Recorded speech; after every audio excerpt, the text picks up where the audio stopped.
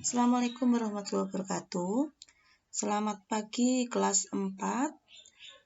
Jumpa lagi dengan Bu Guru pada pembelajaran yang kelima, melanjutkan pembelajaran yang kemarin. Kali ini kita akan membahas tentang pekerjaan tenun Samarinda, pembuatan sarung tenun Samarinda. Kita akan mengetahui tentang cara pembuatannya. Dan tenun Samarinda ini merupakan salah satu bagian dari kegiatan ekonomi manusia.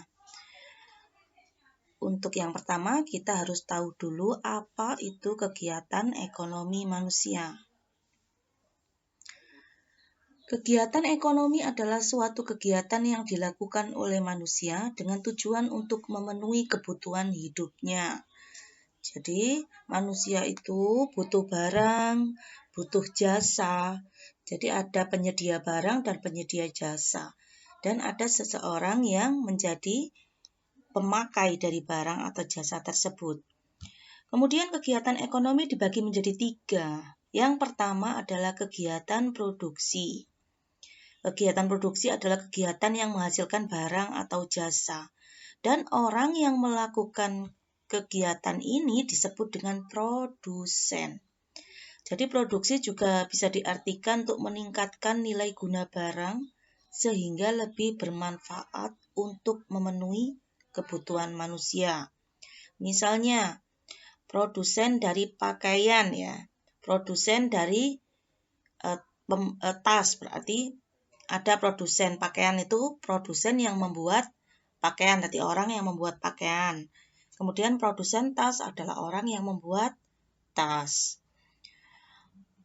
Kemudian barang yang dihasilkan produsen itu dijual agar dapat memenuhi kebutuhan hidup orang lain.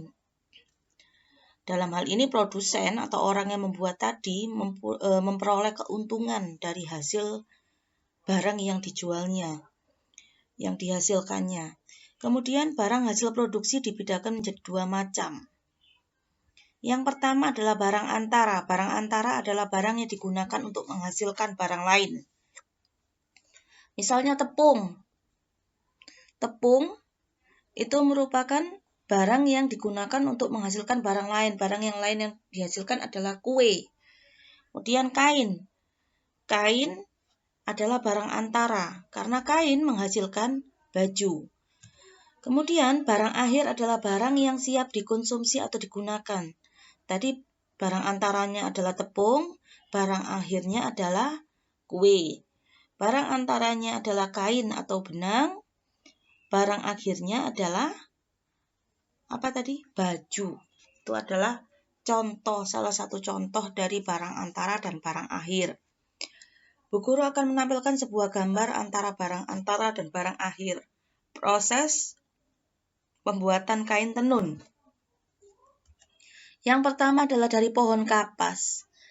Pohon kapas ini dipintal untuk menjadi benang. Jadi benang ini merupakan barang antara. Benang kemudian dipintal lagi menjadi kain. Kain juga barang antara. Jadi benang merupakan barang antara dari kain. Dan kain adalah barang antara dari baju. Kemudian kain tadi dipotong sedemikian rupa mengikuti pola, kemudian dijahit. Setelah dijahit akan menjadi baju. Di sini ada beberapa pekerjaan yaitu pemintal benang, kemudian dan penjahit benang. Dan kedua-duanya adalah pekerjaan yang menghasilkan yang bergerak di bidang jasa. Karena kenapa Bu penjahit? Penjahit kan menghasilkan kain, menghasilkan barang. Tapi kain yang dijahit oleh penjahit adalah dari orang lain, dari orang yang menjahitkan. Jadi penjahit hanya menjual jasanya saja. Di sini yang termasuk barang antara adalah benang. Benang merupakan barang antara dari barang akhir kain. Kain juga barang akhir, juga barang antara. Kain adalah barang antara dari baju dan barang akhirnya adalah baju. Itu adalah salah satu contoh pembeda antara barang antara dan barang akhir. Kemudian untuk kegiatan ekonomi yang kedua adalah kegiatan distribusi. Kegiatan distribusi adalah kegiatan menyalurkan barang dari produsen ke konsumen. Produsen itu orang yang membuat barang dan konsumen orang yang menghabiskan barang.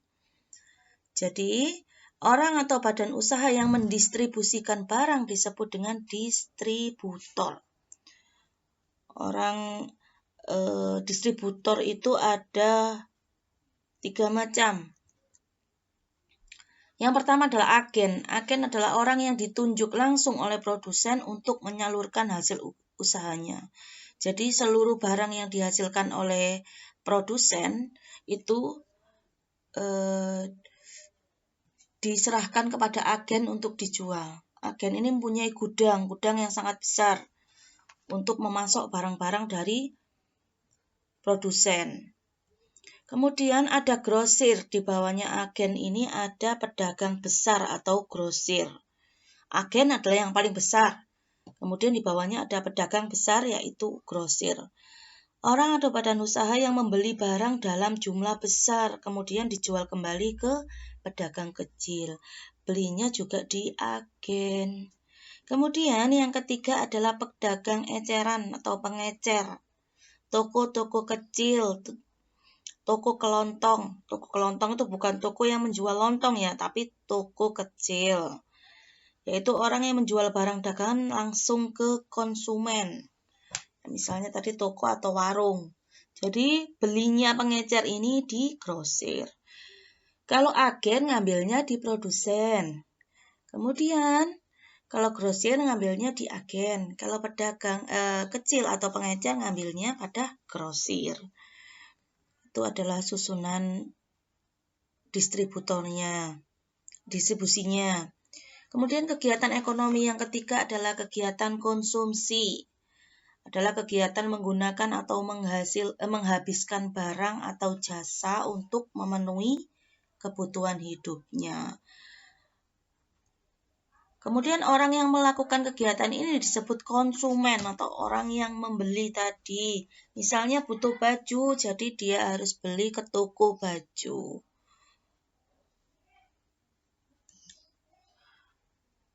Barang yang dihabiskan atau digunakan disebut barang konsumsi. Itu adalah contohnya dari kegiatan ekonomi. Kemudian untuk aktivitas hari ini, silakan melakukan pendalaman materi dengan mengerjakan tugas berikut. Jika masih belum paham, silakan diulangi kembali sambil dicatat ya. Jangan hanya didengarkan saja, tapi harus dicatat di buku biar kalian lebih ingat lagi dan enak kalau mengerjakan tugas. Untuk hari ini cukup sekian. Selamat belajar, selamat mengerjakan. Tetap jaga kesehatan. Assalamualaikum warahmatullahi wabarakatuh.